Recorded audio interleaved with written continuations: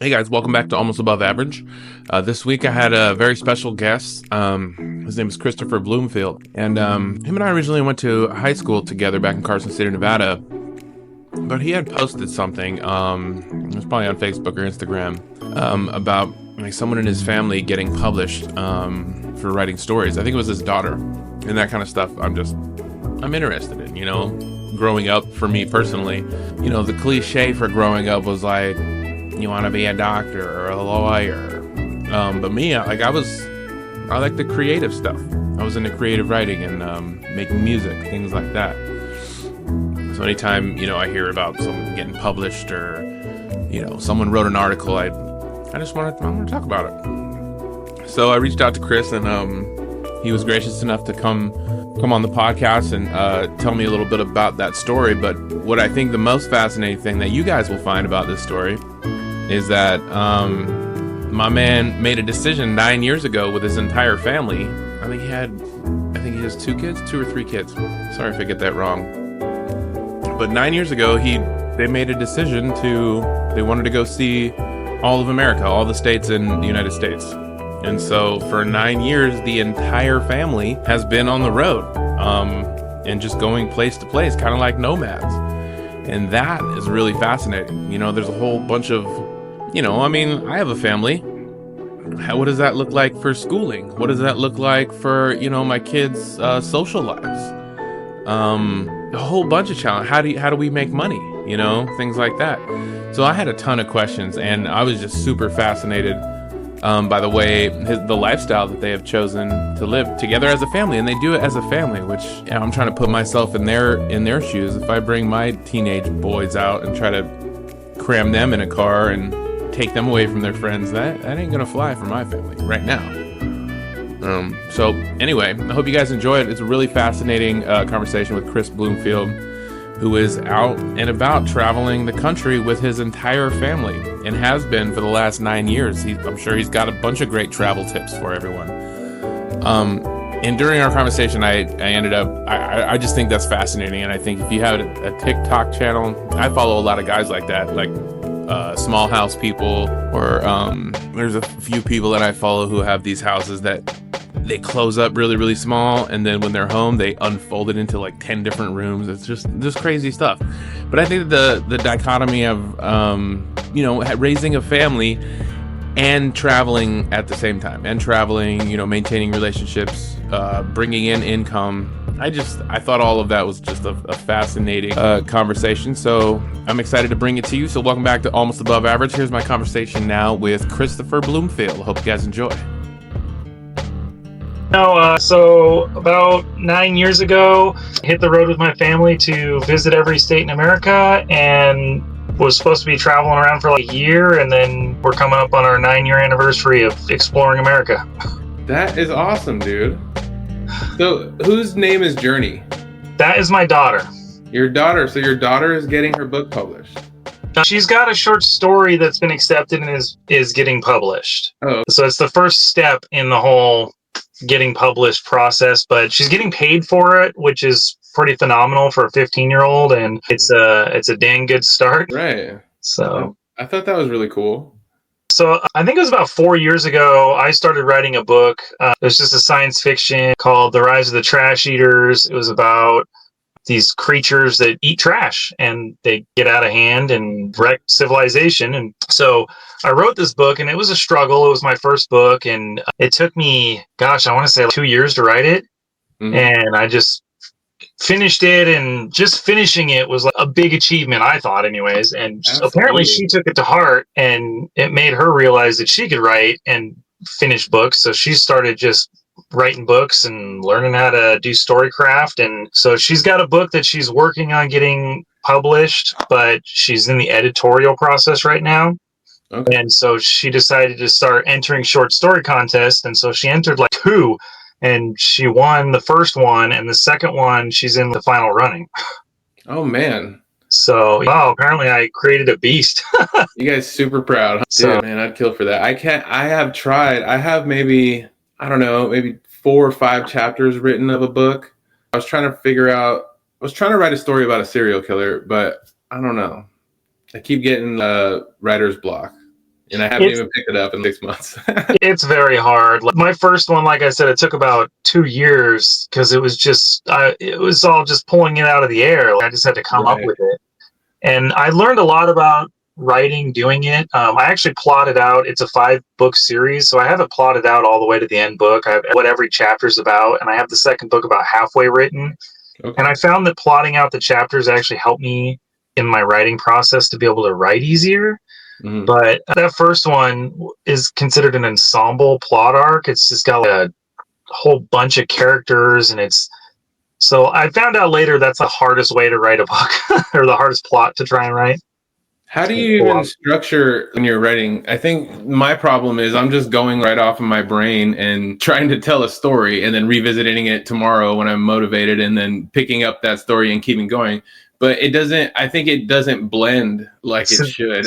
You have to structure it the way you're talking. Right. So when I first wrote the first book, that's how I did it. I'm just pulling this stuff out of the air and I'm just slapping it down, and then so that leads to a lot more editing because you have to figure out plot holes and so when I started writing the second one, I was like, it'd be easier if I mapped it out.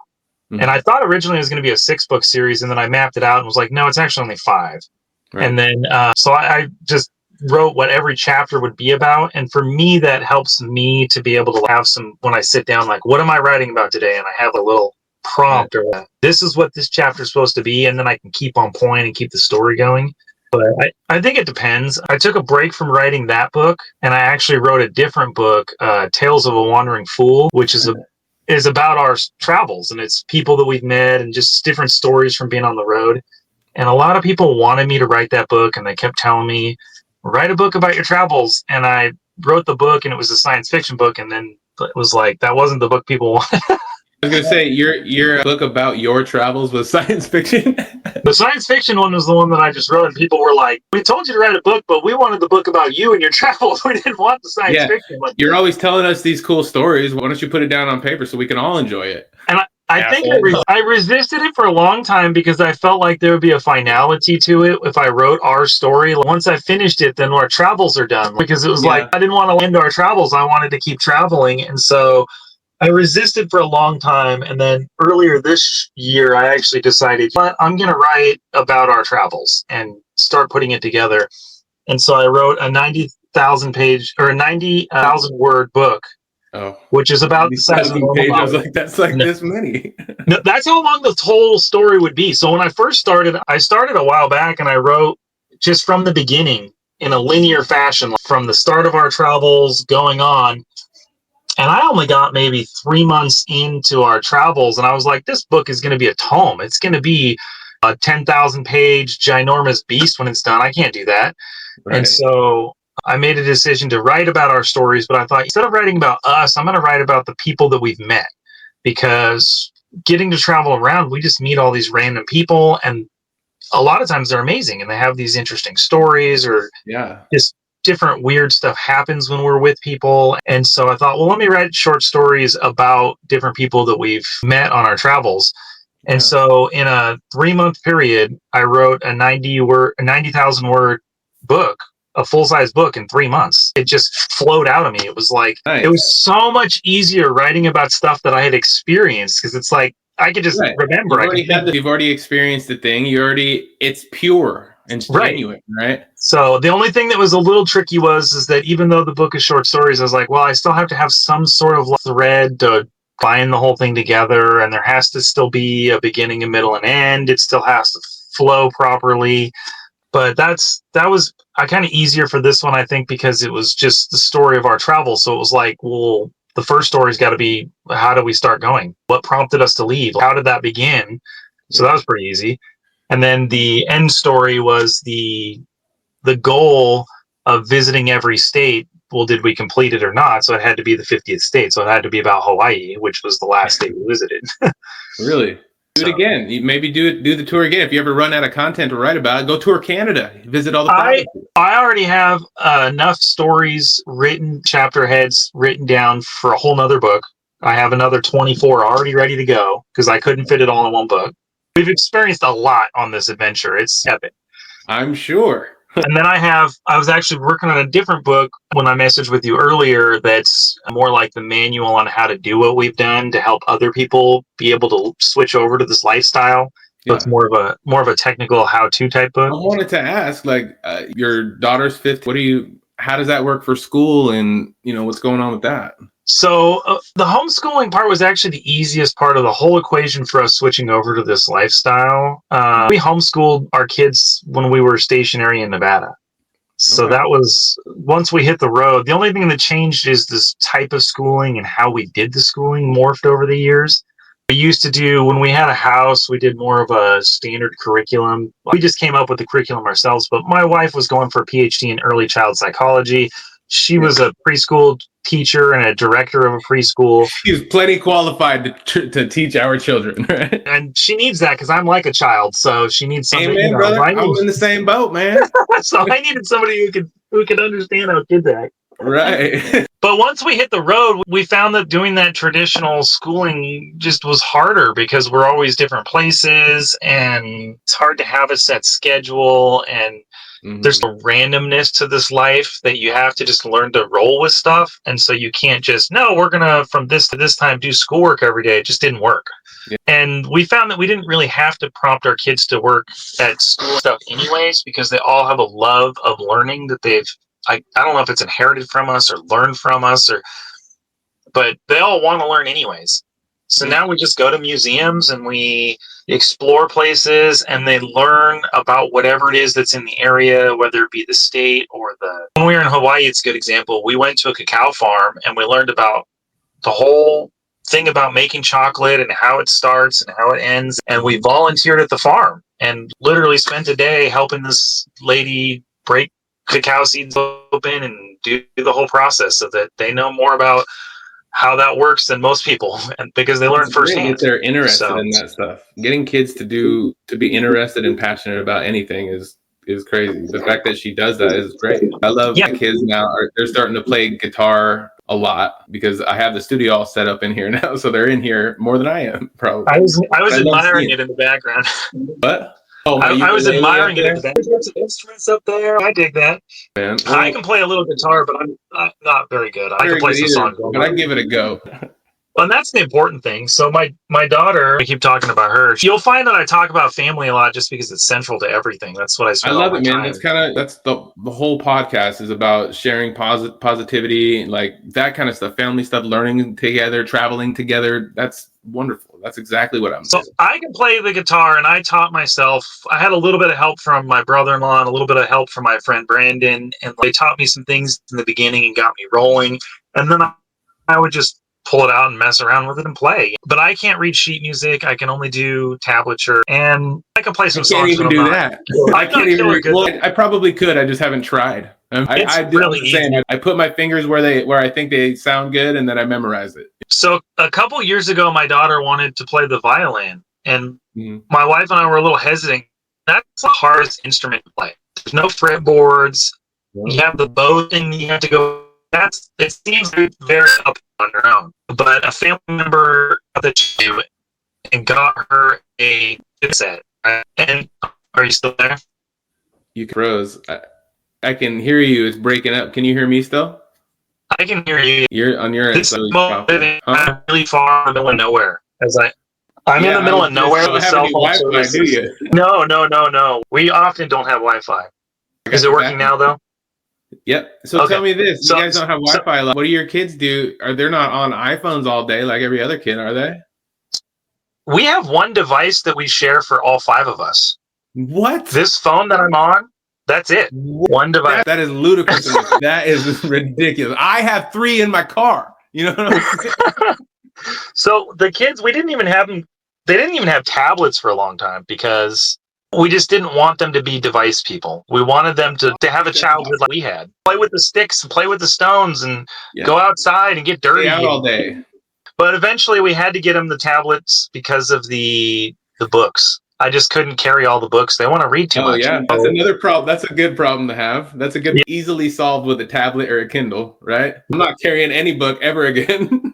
So now they do have books for they have their tablets, and they do get on the Wi-Fi occasionally when we're places and there's Wi-Fi, but we limit screen time. They still only get so much.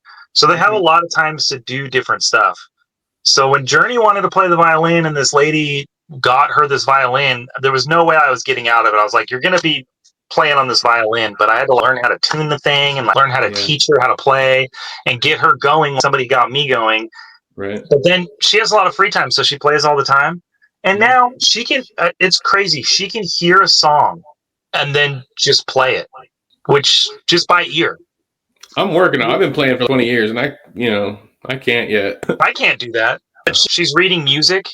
That's and so she wanted to be a writer because she saw me writing this book. So she just started going online and learning and reading all this stuff and educating herself. It's amazing when you give your kids the tools and the ability to learn on their own, what they can do. Yeah, you got to empower them, right? If you're bossing them around the whole time, they don't learn anything. Me personally, I learned all my lessons the very hard way. I don't want them to learn that way, but if I can help in that process, I'm absolutely going to do that for my kids. Right. But there's a trick to it because you don't want to force it. You don't want to make them do certain things. You got to, like you said, you empower them to do it themselves. And then you just can get out of the way. Our youngest son, Trip, he's 12 and he's super into computers, really into them. So now he's programming. So he knows a couple programming languages and he can do basic programming stuff, but now he's got this new, I think it's called Unreal or something like that, but he's got this huge program that is for programming video games like Ark or Advanced, Medal of Honor, or some of these games that are modern games. That's what they use. I'm looking over their shoulder going, this stuff is so advanced and I don't even know what's going on. And he's 12 and he's just like, oh, you click here and you do that and you go ahead. He's setting goals. He's following through. Why not? That's awesome. It's good to have. Kind of similar to how my kids, and I learned that lesson the hard way also, which was I forced baseball and football on my kids when they were really young. And I really tried to get them into music. That's what I do. Why don't you like it? And they didn't take it back then. And so I just let it go. And now they're both super into it. They're both teaching themselves. Like my son's showing me stuff that I haven't learned, that I've always wanted to learn. I'm like, what the hell's going on? You've been playing for 6 months. Right? Shit. Because when Journey was first started to play violin, I go, I'll learn a song with you. I said, how about Ode to Joy? I love that song. I'll get the tablature. We'll both play it. It didn't take her but 3 weeks, and she could just play it from memory without the tablature or any sort of thing. And I'm like, over here years later, I still have to have the dang thing sitting in front of me to play it. Right. This isn't fair. Why is it so easy for you? But sometimes I gotta write my own song lyrics down and put them in front of me. But the kids are like sponges, so they just they absorb the stuff, and it's they like retain it. They're keeping it in. I think as we get older, at least what in my own life, I'm forgetting a lot of things all the time.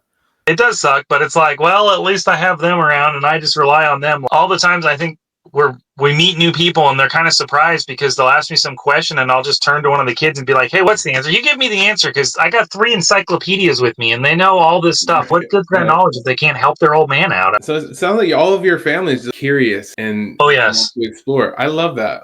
You know why? It's because me and my dad were like that.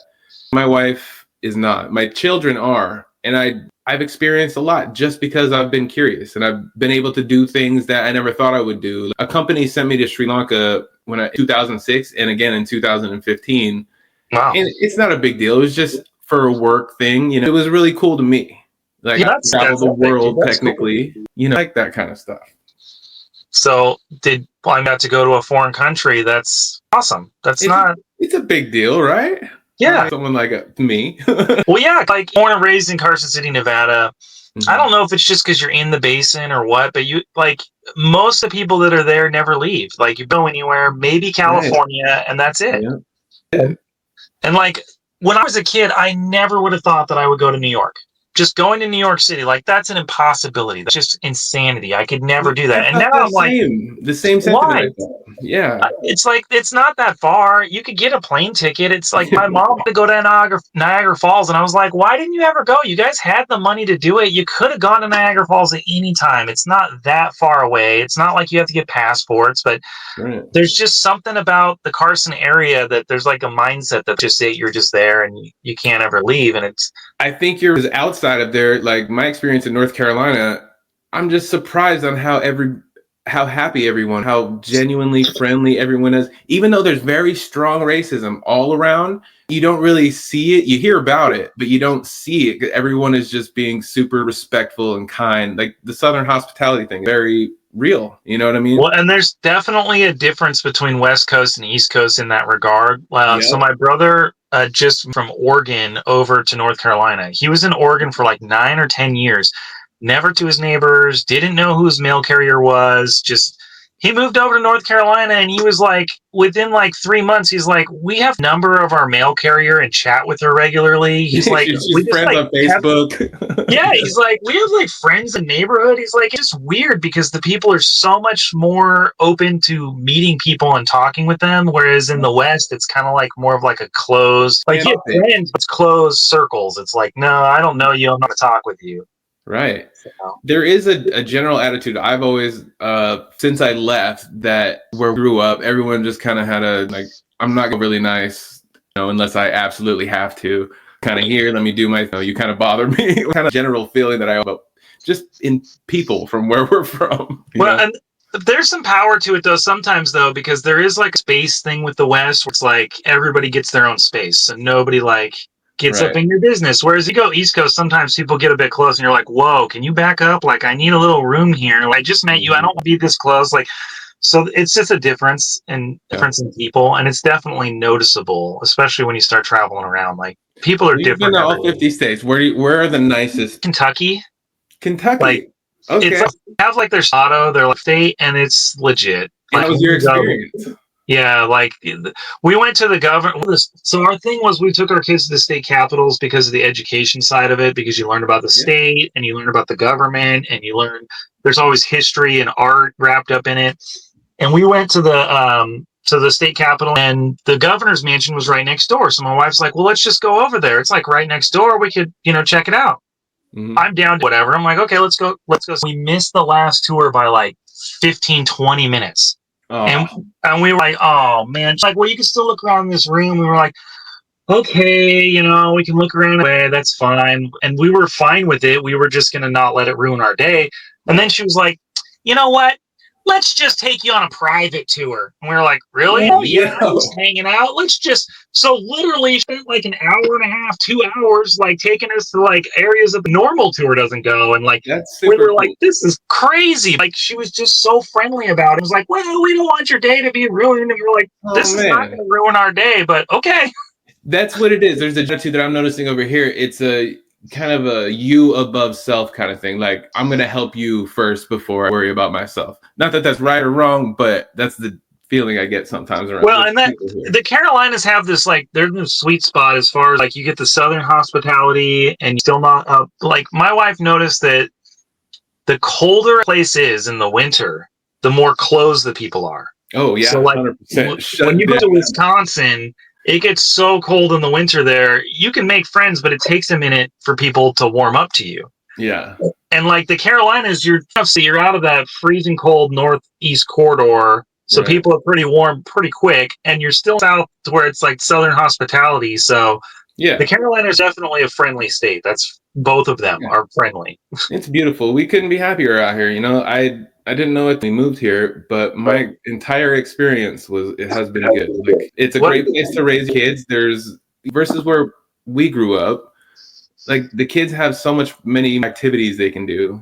There's just things to do that are productive. And what I felt like where we went to high school is I hung out with the wrong crowd, but that's kind of, there wasn't much to do. You know what I mean? I didn't know. That's true. There's not as many museums. There's not as many zoos. There's not as much cultural stuff. Even the history we got, you're only going to go to the museum so many times. Right. And it's weird. So much Western history, you would think that would like try and like do more with it, but for reason, it seems like it's kind of like history isn't really like as history, and there's a whole thing with VC, but there definitely could be more about the Western history, and they just it's all light. They could capitalize on shit. They could build parks out in Washoe or between Johnson Lane and Gardnerville, and like they could rake in some money on historical shit if they wanted to. Well, yeah, and like bring in tourists for it and like that, and like it's all interesting. Those stories are fascinating. Yeah, and you go other places, like you go to Tombstone, and that's what you find. It's like Right. their whole tourism economy is like these events that happen there Yeah. historically. And we've gone. I mean, I'm in Louisiana right now, and we have a place in Louisiana that's a historic. It's called a living museum. We Mhm. find these all over the place, where it's like you go and it's like you're back on the bayou 100 and some odd years ago, and it's like the characters are dressed like they were. You learn about the way the life was, and it's like you go over to Plymouth or in Virginia, you'll find like the Jamestown settlement. You'll find that. It's Right. like, well, why don't they do that at all? Like, you could have a Western. They do in some states out west, but not in Nevada. For some There's reason, so much Nevada just. space in Nevada to do some cool stuff if they wanted to. So Well, much yeah, open space. like my favorite thing growing was the Kit Carson Rendezvous, like at the park. What is Like, that? you went to the Kit Carson Rendezvous? Oh, the Kit Carson Rendezvous. Yes, At, I was yeah, thinking of at a Mills different Park. word. Yeah, yeah, Yeah, yeah, they like they shoot cannons off, and yeah. it was cool. And I thought, why is this once a year they're doing this? You should have like some sort of site where this is gone and people could learn about this stuff whenever they're in town. Like, Right, right. Sell your city a so, little bit. so I mean, it's whatever. I mean, place ups and it's downs. So like, oftentimes people will ask us like, what's your favorite state or what's the place? And it's like that's an impossible question to answer.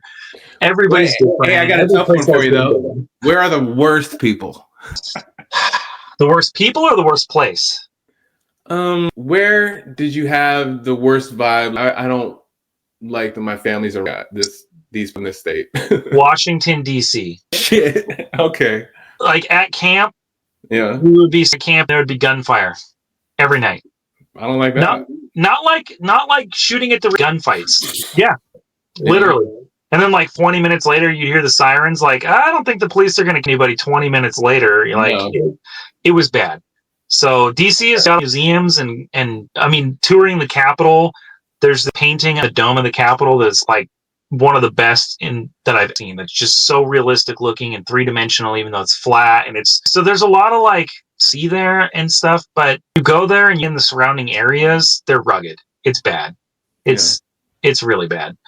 And so it's just, I mean, we didn't have any mess with her there, but apparently gangsters and thugs don't like to hike in the forest because we were just right there in the forest and we never Well, saw anybody. they'll fuck their shoes up, you know, they don't Yeah. want to get their shoes dirty.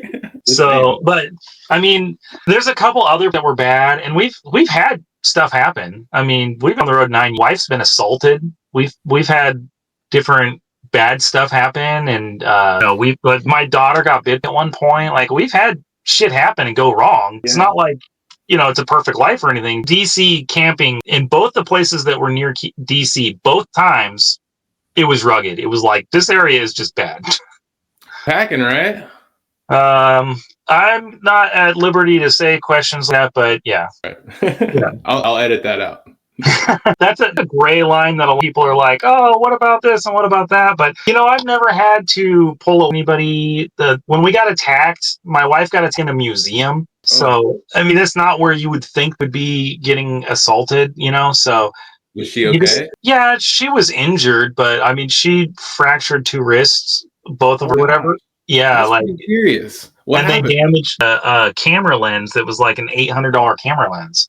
Jeez. Yeah. What happened? So there was my wife as a strong person, and she did shit from people. And so there was these kids, and we were waiting in line to go up this thing, and these kids like shoved us out of the way and to like plow past us. Oh. And my wife just stopped them with her arm and said, I don't think so. You can't just shove past us. Turn. We've been waiting. You can obviously see that we're in line. And she let our kids go, and then we went, and then said, and then we went about our. It didn't seem like that big of an incident. It was just some little small thing, right? Like these kids tried to cut in line, called them out on it. She stopped them from doing it, and then we went. But apparently, their mom was not happy about the whole thing. Like went psycho. So she just walked up to my wife like half an hour later, like, and then the blue attacked her. So it was just like unexpected, and we were all kind of at that point. So it was like I was kind of moving a little sluggish because I too were in time to like prevent any of it. And then by the time I got to the lady, then like staff was there and they like stopped from doing anything. And the museum wasn't happy because we forced them to call the police. They weren't even going to call the police. So Really? Yeah. So Where we was this at? what, DC? what's that? St. Louis. Okay. So and our second or third time in St. Louis too. And it used to be one of the cities, but they had gone downhill. A lot of the big cities have gone downhill the last couple years and are just not doing well. Okay. So the cops, we finally got the cops there, took a statement and everything, but they actually refused to file a police report, which is weird. We were like, why would you? Illegal? Can they? I thought they're not allowed to do that. I don't know, but like, okay, so when the police file a police report, they have to mail you a copy. Right. Right. So we forced them to file the police report. They took a statement. One of the cops actually pulled me aside and had a chat with me. And he just said, this is going to go nowhere. And I'm like, well, what do you mean, sir? My wife was just attacked. There's a $900 camera lens is damaged. And he goes, because of the way the state does prosecution and because of the races involved, nothing will happen. And it was literally racism against my wife because of her race. And I was just like, you guys realize this is not what Martin Luther King Jr. had in mind. No. This is, you guys are pulling it in the opposite direction. This is still racism. You can't do stuff based on people's race. We don't care about people's race. We don't see race when we talk to people. I view people as their content of their character and what they do and how they act. I've never based friendship with somebody on their economic status or on their race. I don't care about that. I never have. That's good. That'd be very weird if you did. Well, apparently, a lot of people do that, though. They won't talk to people if they're poor. Or you're two shades too light. We can't. But they literally told her, they told me, if the races were reversed, this would go somewhere. But since the races are the way they're at, we're going to do nothing. And then I called multiple times later. Well, can I get a copy of the report? I need the person's name so I can sue them for the camera, because I could at least get my $800 or $900 for the camera that they damaged. Right. They wouldn't.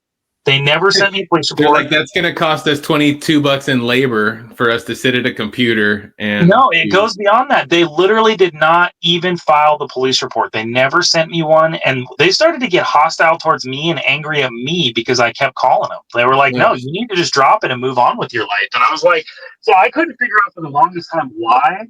And then I saw that all the crime stats were down, and I was like, oh, this is what it is, the crime stats. If you don't report the crime and you don't do the police reports, then the crime doesn't happen in their view. And so then their stats look better, which is sad, which is like, that's a horrible thing. And that's governmental corruption right there at the federal level or state level, right? And this has a consequence because we've been on the road long enough now. Like you said, oh, you got to go back around again. And I laugh because I'm like, we've already revisited more than half the states a second time. We're up to a year or just total. So how does that work? What I'm kind of thinking in my head, you go city to city each night and just pick a different place.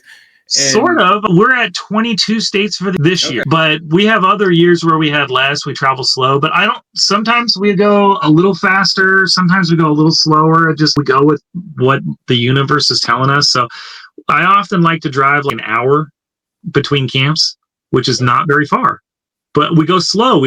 But we'll only stay 3 or 4 nights, and then we'll go another hour, and then 3 or 4 nights, and then another hour. And okay, that's what I was going to ask. 3 or 4 But nights. we don't do anything consistent. I'm in a camp right now, and we rented the place for a month because I wanted a home base for Christmas and the holidays and to get some work done on my novel or my book and stuff. And so I was like, I need to just post up somewhere.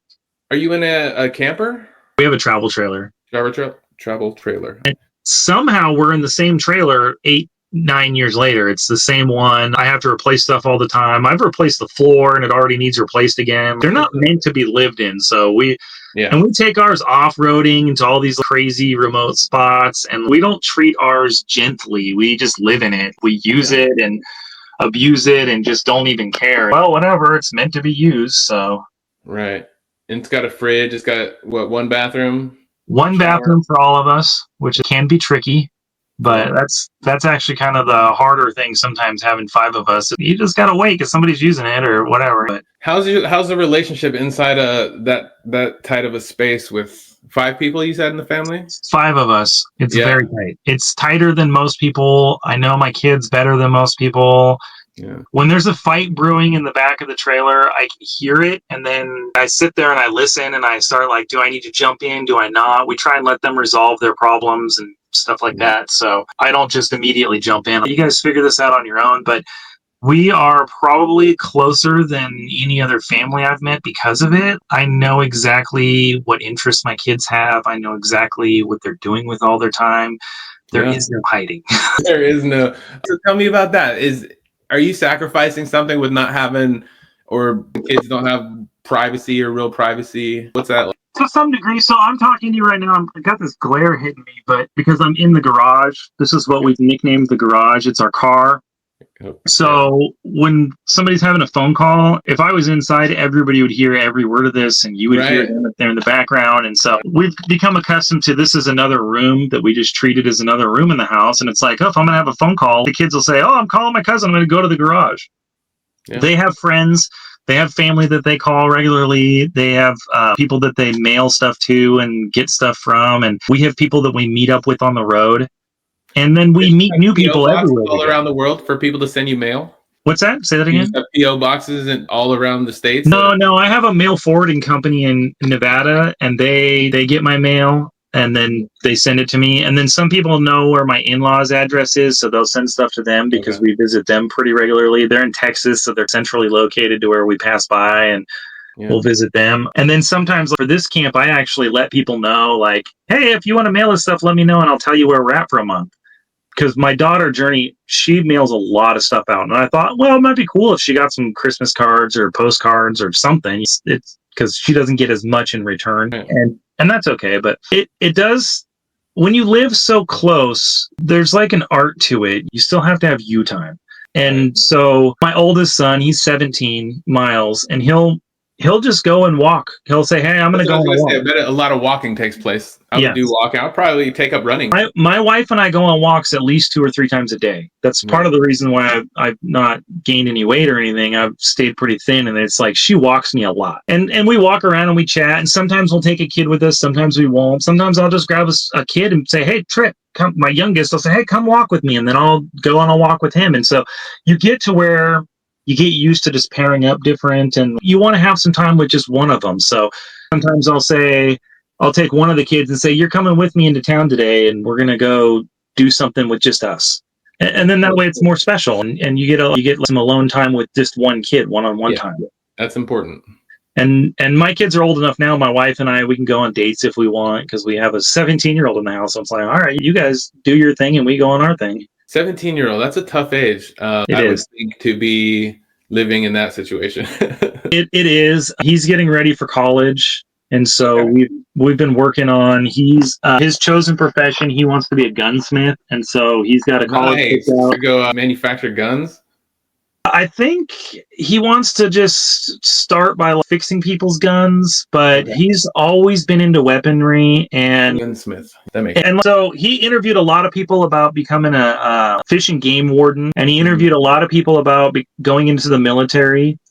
And this is the advantage he has over other kids. Like when he was like, I'm thinking about going in the military, he just started asking all these guys, hey, you were in the military. Tell me about your experiences. Tell me what you thought.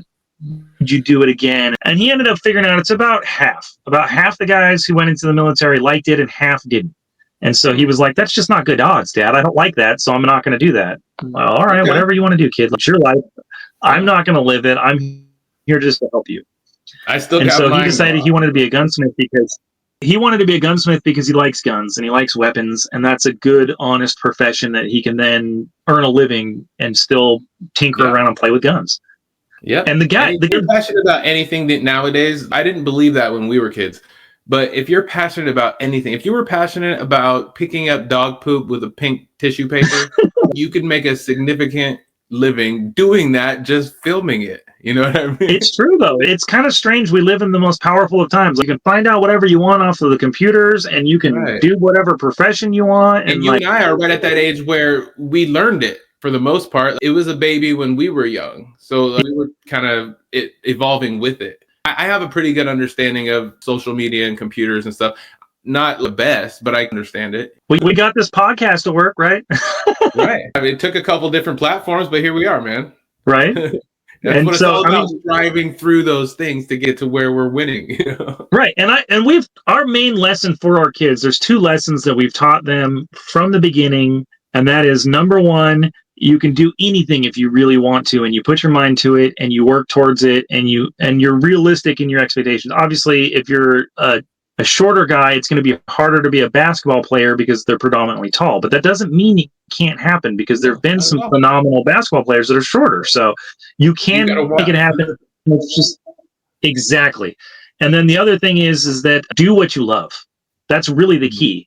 And if you do what you love, money seems to follow afterwards anyways. And it's not the money that's important. We've really taught them that money is just a means to an ends, and it's not the end all be all. We do what we do on a very low amount of money, and people tell us all the time that they want our lifestyle or they wish they could do what we're doing. And we just laugh, because we're like, if they knew how little of a budget we do this on, it would blow their minds, because it doesn't take a huge amount of money to do what we do. It might not, but you got to generate that money, though. So how do you go about getting that? Unless you became a billionaire and I don't know about it and you're really frugal. No, we're very, very frugal. But so when we first started, we did a fix and flip, basically. We bought a house from the bank in foreclosure.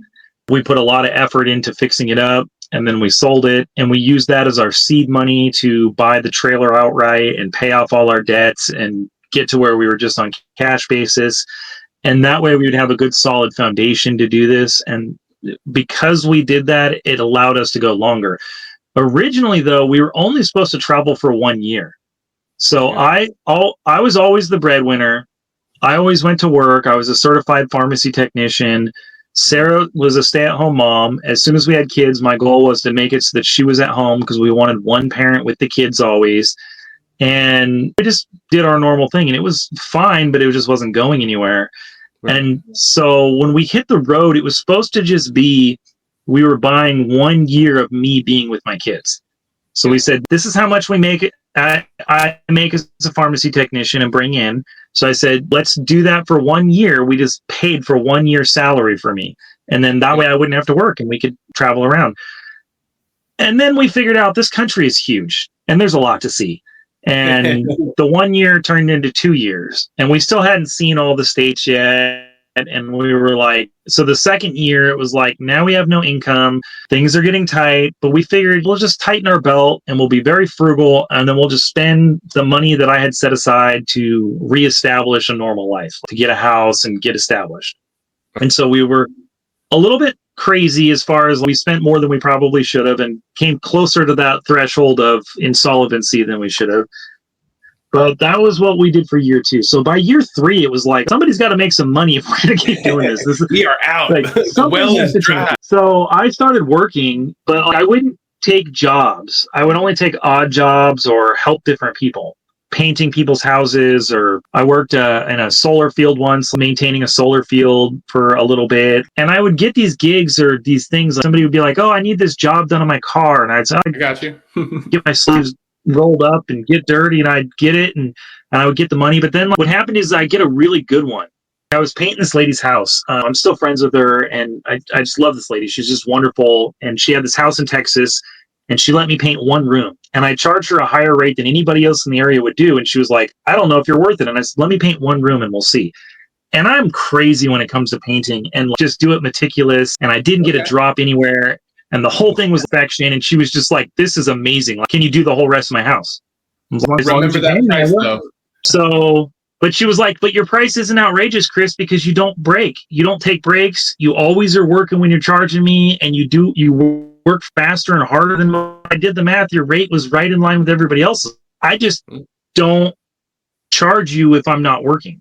And some people do. And then they hang out and they chat. And I'm like, if I'm chatting, I'm off the clock. You don't have overhead. It's all going to you. It's more in your best interest to save your own time to get it done as quickly, as correctly, and as efficiently as possible. Right. And so he was so happy with that. People can see that inside of you, that you're the guy that they can trust to get shit done. They're going to come back to you too. Right? She had me do a whole bunch of other stuff, and I charged her different rates accordingly. So she had us at one point, we were clearing trees. And I told her, oh, no, that's not the painting rate. That's a skilled labor rate. I said, this is clearing trees rate. We're going to charge you this rate, and that's the family rate. And she was like, family rate? What do you mean? And I'm like, well, that means the whole family comes out and does it. Everybody in our family can trim trees. She was like, really? So it was a lower rate. And then we all showed up, and we did the work faster than she anticipated because she's like, that's a lot of hands helping out. And I'm like, my kids know how to get with it. They know how to work. So they were really helping. It's a good lesson for the family, the kids and the parents. Look, we're all actively doing this together for one common goal. I love that. Right. What a good lesson. But the problem became like, I would get a gig like that. She sold that house and she moved to Kansas. And so then she had me painting a separate house, this different house. And like, it was good money and we liked being there. We liked being with them, but we get itchy feet after a minute now. And like, so after about a month, 6 weeks of being there, my wife Sarah's looking at me going, well, when are we leaving, dude? Like, I'm ready to move now. And I'm like, the job. And so it became hard because it's like you get attached to that money and it's like, oh, but the money's coming in. And then when we leave, that's going to stop. And so we knew we had to do something. The hourglass flips back over and we're on the clock again. Right.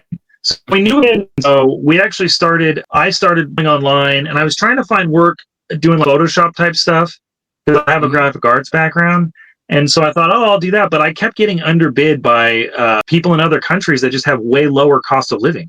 And so they could do the same thing I was doing for $1 an hour. And I'm like, I can't do that. That's not worth my time. No. And so I started writing articles for a guy and he would pay me to write these articles. And then it just kind of went from there. It kind of morphed. And somehow my wife took it over. So she was making the meals and I was writing these articles. And then somehow she became, it was because I wasn't good at editing, basically. I can write, but I'm not as good at editing. She's like a teacher and can edit stuff. And there was a lot more editing work at the time. So she was like, oh, I'll start editing. And then all of a sudden the editing took over and it was like she was working all the time. So I said, well, why don't you just do all the work and then I'll do the housework and I'll do the schooling and I'll do the meal prep and all that stuff. And we switched roles and I became stay-at-home dad and she became the breadwinner. And it was one of the best things we ever did because it really showed us both the perspective the other person had. It made me realize all the work that she had done when I went to the pharmacy and worked every day. I just always thought she was hanging out at home. And then I was like, no, there's all this cleaning that has to be done. And there's all these chores. And I'll tell you, that exact thing took me the longest to learn with my wife. Literally, all she ever wanted from me was like, to do dishes. Do the dishes when I see that there's dishes there, or simple things that I thought because I was at the job and I'm making the money that I shouldn't have to help with that stuff, which is freaking retarded. And that one thing could have saved my marriage the first time. Luckily, we fixed it, and now we're back together. Do you know Amanda McIntyre? She wanted to tell you hello. Oh my gosh, I feel like I do. Amanda Rogers. I think I do. Rogers. Oh, yeah, I was going to say, well, you married her, so her name wouldn't be McIntyre back then. But Amanda Rogers. She said hello. It's a small world, right? Where are you at in Texas? No, right now I'm in Louisiana. Louisiana. You're in Louisiana. We're both from Carson City. I'm in North Carolina. The three people that got out of there. I was just in North Carolina. I was visiting my brother in North Carolina. That was Halloween. We spent Halloween there. Okay. And then we visited with other brother in Florida. That's one of the things I like to do. I just travel around and visit people. Yeah, that is really cool. I was going to say, when you're in the Raleigh area next time, just stay connected with me and let's link up, get some lunch or something, or do something, man. Hell yeah. Yeah, let's stay connected. Yeah. This was a really good conversation. We're almost at an hour, man. That was crazy. I know. Normally I do an introduction, but I didn't today. And we just had a really good conversation. I like it. I sort of introduced myself. I hope you don't mind. The kids were like, are you going to do show prep? Like, do you know what you need to say? And I was like, I don't know what he wants me to talk about. I don't really care. Whatever. If he wants me to go in a certain direction, I will. But I'm like, I don't have an agenda. Like, I talked about my book, Tales of a Wandering Fool. I'm like, I don't out yet. They can't buy that anyways. So I mean, like, I can't here's a link. I mean, the only thing to plug would be our website, statebystate.net. Like, that's actually hundreds of articles that we've written over the years and about places and stuff like that. Statebystate.net. Yeah. But like, even that, I'll put that link in the show notes so people can follow it or find it if they need to. And if they want to, cool. But if not, I don't really care because I write that just to help people, and it gets found on its own at this point. And like, it's self-sustaining. We don't have to drive. Like in the beginning, I had to drive traffic to it and like get people to it. But now it's aged enough. It has enough content that like people just find it. And it's kind of weird because like I've had people come to me and be like, oh, I recognize you from your website and you told me where to go in Minnesota and it was awesome. And I'm like, okay, that's kind of odd, but glad I could help you.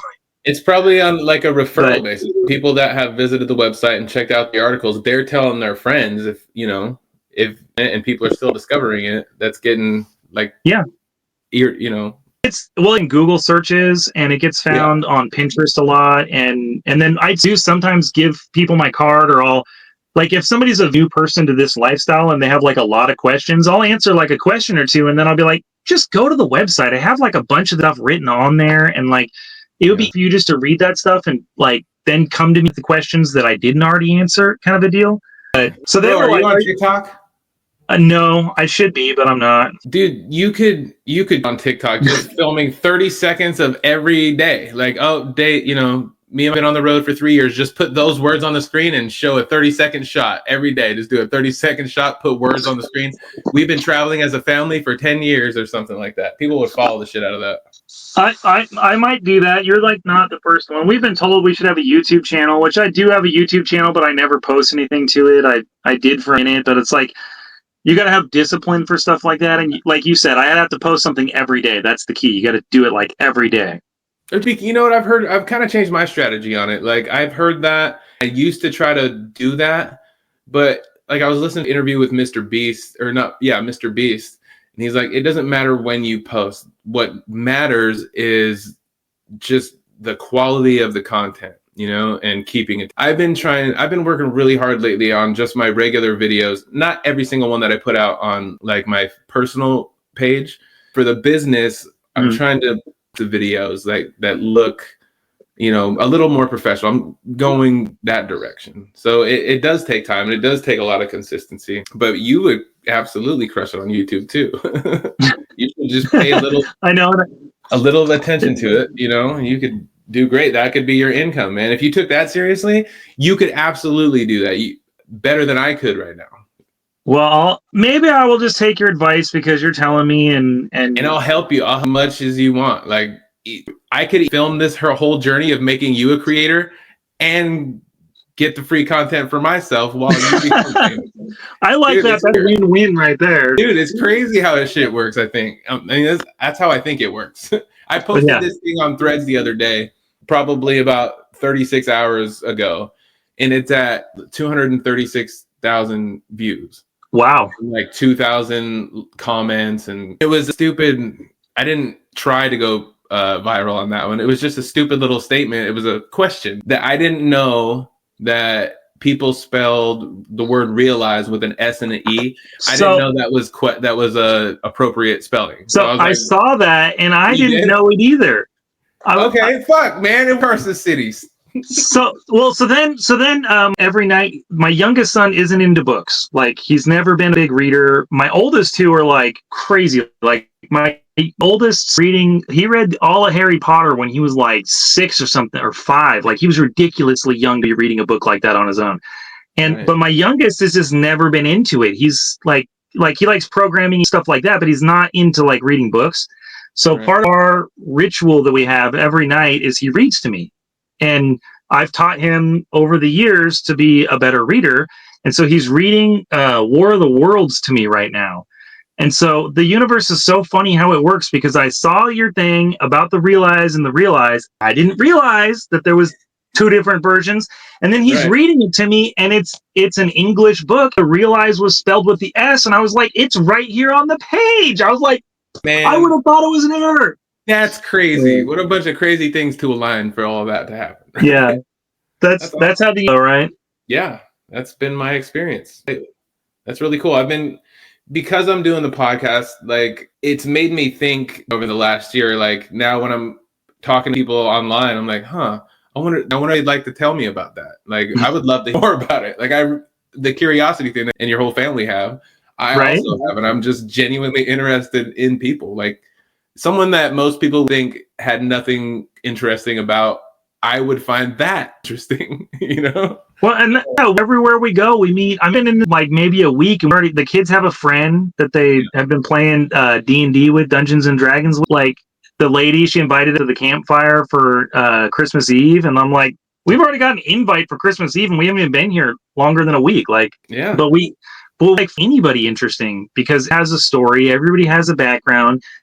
And like, they have these things that happen to them that are you can, if you're, it's like, well, that's fascinating. More, tell me. And that's why we're like, oh, are you doing show prep? And I'm like, no, like, it's fine. Like, whatever, Yeah. talk whatever. I don't care. So I used to do that when I first started it. Like my idea of a podcast, because I listened to a bunch of them. I'm like, okay, I'm going to have, this is what I'm going to say in the beginning. These are the lines I'm going to say. And I did it a few times, and I had like a couple people that I was trying to co-host with.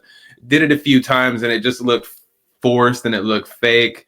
And then I also found that when I'm doing a crazy, stupid intro for the guest, like while the guest is on the screen, like I'm putting this unnecessary on someone. Like, all right, you better be good. I'm about to ask you about, your whole life. So you better be good.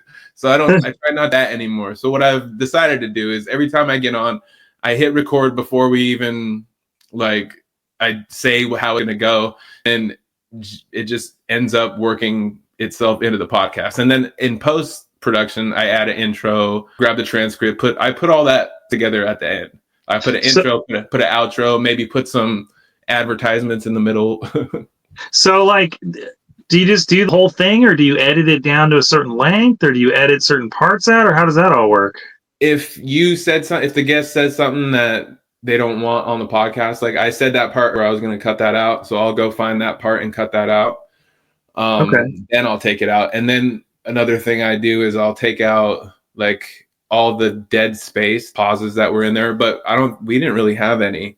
Sometimes the first few that I did, I would get really, really nervous and like my words. I do it from time to time, but well, the hard part for me is I have so much to say and I'm a talker. And so I have to like tell myself like, no, just, don't like you got to back and forth, like let them have it to speak and then you can speak. And like, but it's hard because I get excited and I'm like, oh, I just have like so much information that I just tell you about all this, especially you're a person like me, because I mean, I do like to talk, but it's easier for me when I can just prompt and like let them rip, It's just me in the background, like, yeah. And then I'm actually listening. So I start wondering about what you're talking about, and then it just flows in. Well, and I like how we kind of went in there, like we start talking about one thing and then we go on another thing, because I'm like, that's how most conversations around a campfire go. Right. And like, to me, that's what I like writing this short book. The hardest part was that I've told these stories to many people and they love them. And that's why I wrote the book. But it's like, normally it's like a back and forth between me and somebody else. And like, I can kind of which parts them or which stories to tell them based on their responses. And like writing the book, it was just like, I'm like speaking to myself here. It's weird. It's like, so I really like force myself like, no, just at a campfire still. And you're just chatting with somebody and like, even in my head, fill in the parts they might ask if you need to, but like make it more like conversation. Right. And I did that also. I got a studio when I could afford it. I'm at home now. But I tried to take away that weirdness too by just having a place for us to sit down and talk normally. Like, don't even look at the camera. Don't worry about the microphone. It's recording. Let's talk to me. You know what I mean? And that format worked out pretty well. But not everyone that I'm trying to talk to lives in Raleigh. So, and it's just another I can't do right now. So I know. Well, when you said I was like, man, why couldn't you have talked to me like a couple months ago? I'd have just been like, oh, I'll just come over. It's fine.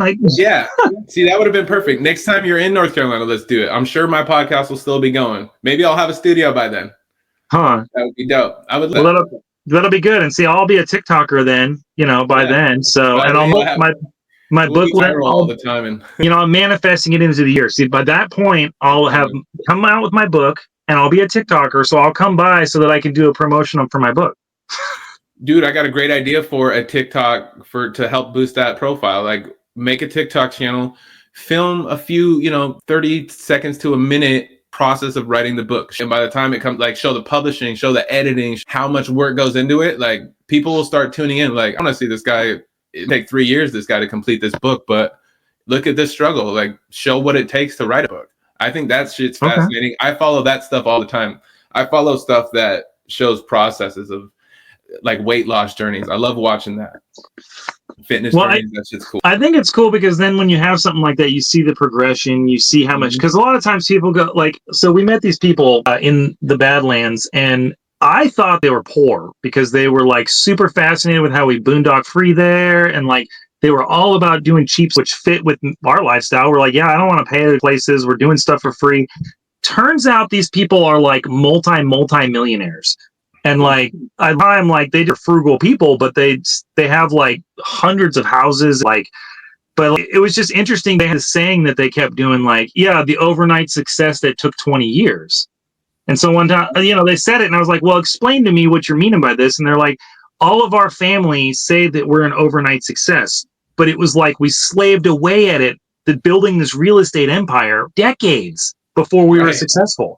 And so they say all overnight successes don't happen overnight. They take like 20 years, but people see the reason they think, oh, it's just an overnight success. Because they have no idea what goes into doing something like that. Right.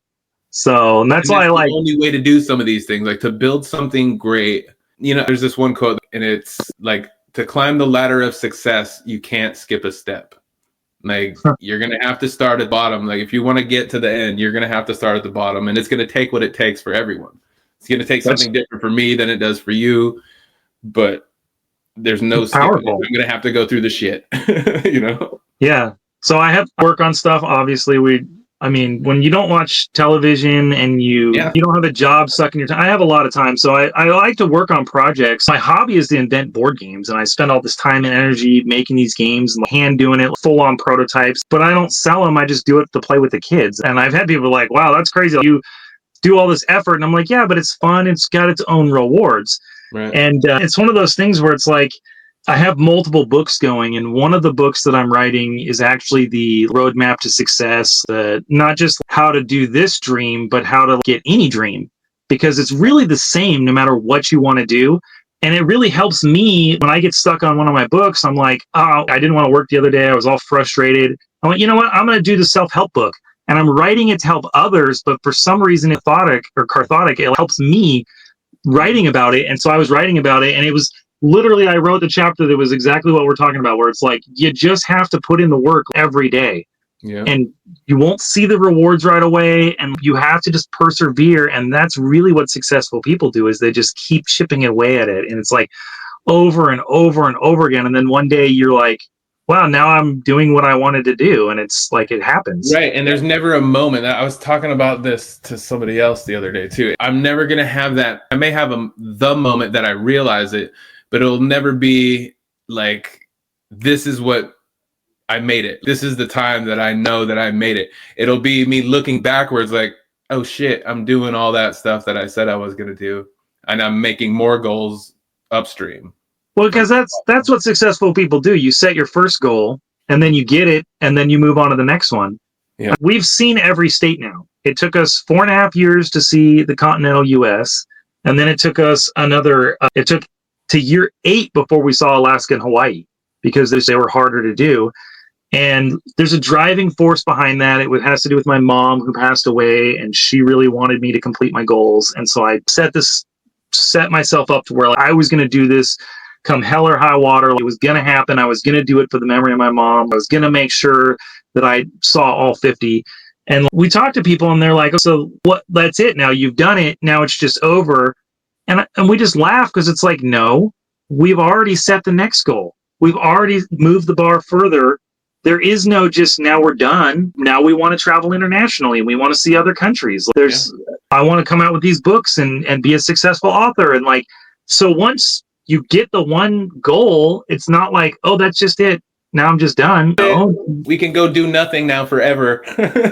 That's what these people were struggling with. These people that I met, they had so much money and so much time, and they literally do everything. They were like, it's kind of boring. And I was like, that's crazy, because I'm a poor person. I'm like wealthy with experiences and wealthy in family, but as far as monetarily, I'm pretty poor. And to hear that from you, I don't know if it's to take it like in a heartening way. And they were like, Chris, we wish that we had what you have. I would trade all my money for that. And I'm like, well, what is it? And he's like, just the energy, the happiness, the way that your vibes are, and the way that your family is. Like, they would trade all their wealth for that. And I'm like, well, that's kind of crazy. But they said that they got to that level to where they could afford anything, and it becomes boring. They're like literally just bored all the time. They're like, there's nothing to do. And he's like, I could retire and stop working. Look, I've been to Egypt. I've been to friggin' Stonehenge. There's nowhere left for me to go see. There's nothing new that I can't do. And that's boring to me. That's Well, no. So they haven't traveled all over. They started traveling because they met us, and they were on the road. They were like, we had nothing to do, so we thought we'd go travel. Then they met us, and we supercharged them to where they were like, we really want to travel now. So like when we went to Alaska, we actually went with them and their family. I invited them, and we all met up there, and we did it together. And they were like, it's just fun to do it with other people. So I think that for them, it's for them to just do it with their family. It's not as exciting as when they have other kids around for the kids to hike with. And there's a social aspect that they like about it.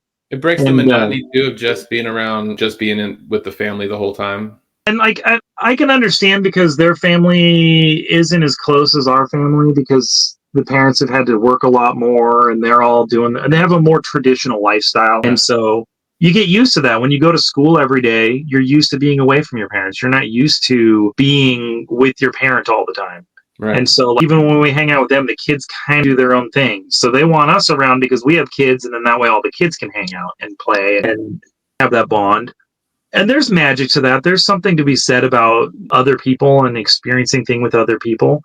And so there's definitely a value there, but I don't understand how you could be bored, because I'm like, there's just so much you can do in life.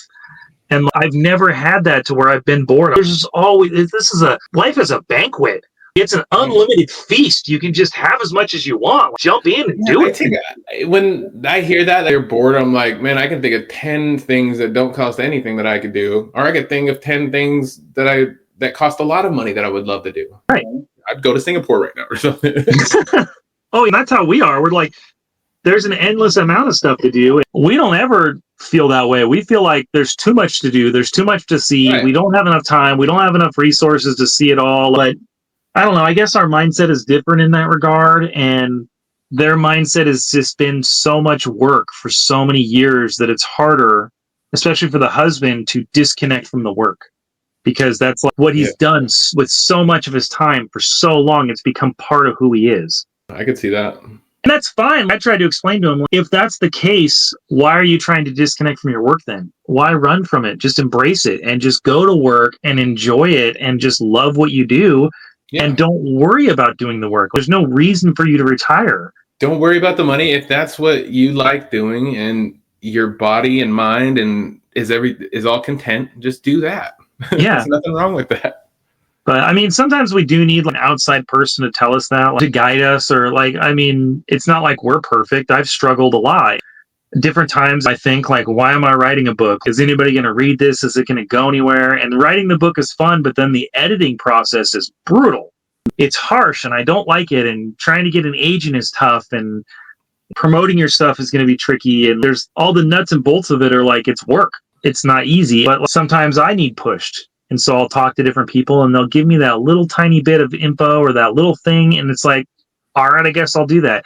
And I'm a go along with the universe kind of guy. So I wasn't going to make a TikTok channel. And then you're telling me that I should. So guess what I'm going to do? I'm going to make a TikTok channel. That's just how I am. I think that's the not a fault, but I have that thing as a curious person too. Someone brings up a good idea to me. I'm easy to sell. You could sell me anything. As long as if you're passionate about it and I can see that in you, I'm going to do that. It's a weird thing, but it's worked out so far. We'll see.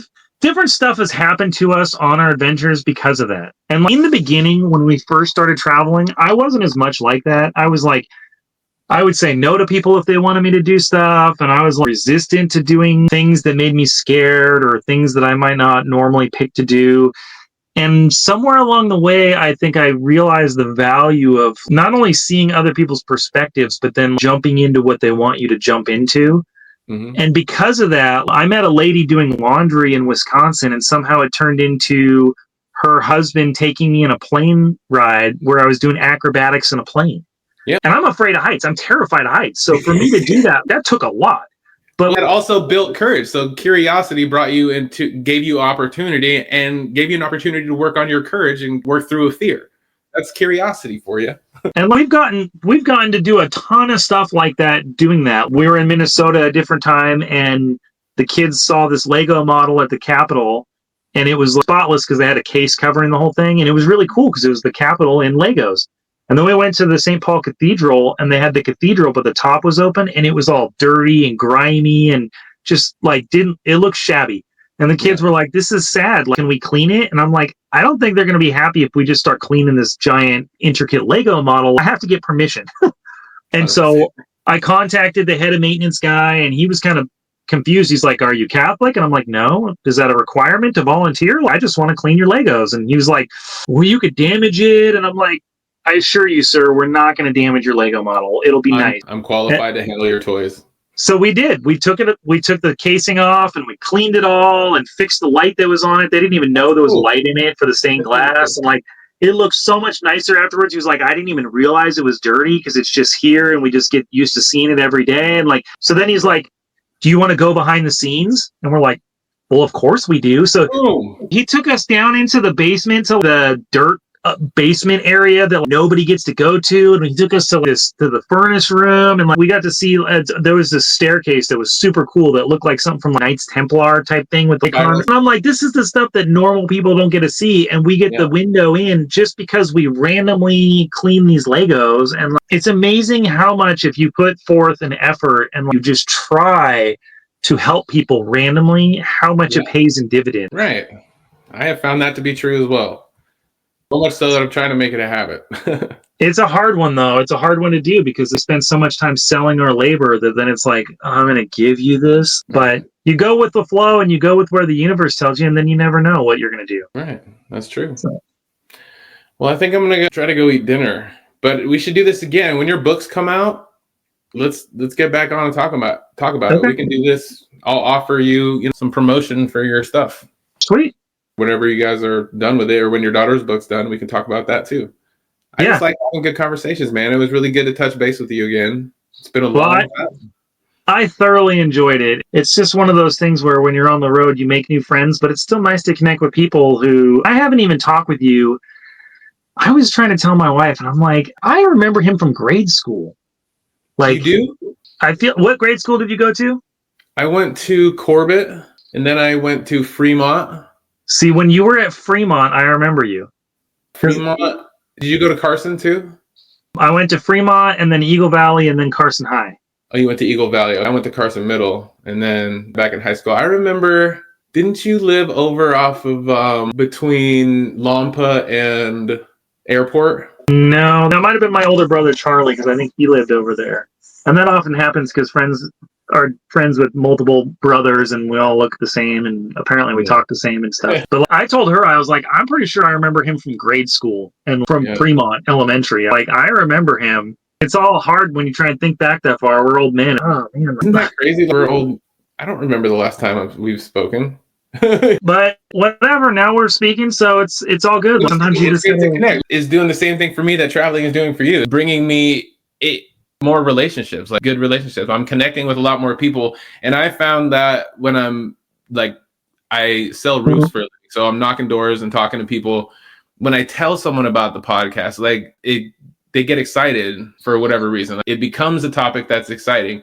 And so it's really easy for me, because I find people interesting, to get someone that's to say interesting shit and be like, oh man, you want to be on my podcast and tell me that?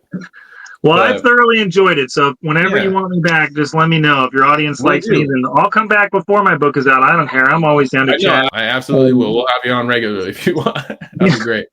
Well, I think that's up to your audience. If your audience hates it and they're like, this is a stupid talk, then obviously you shouldn't have me back on, because you got to do what the audience wants. Well, we'll check the comments.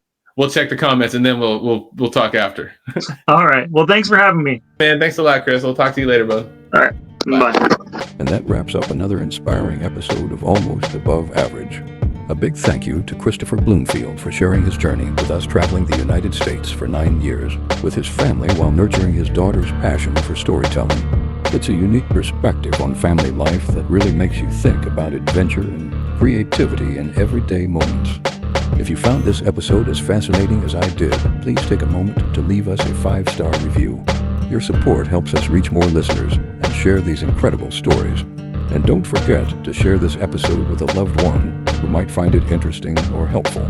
I'll be posting Christopher's socials in the show notes, so be sure to check them out and connect with him. We love hearing from you, so reach out to us at meekmedia.network.llc@gmail.com. Just say hi or let us know what you think about what we're doing here at Almost Above Average. Your feedback means the world to us.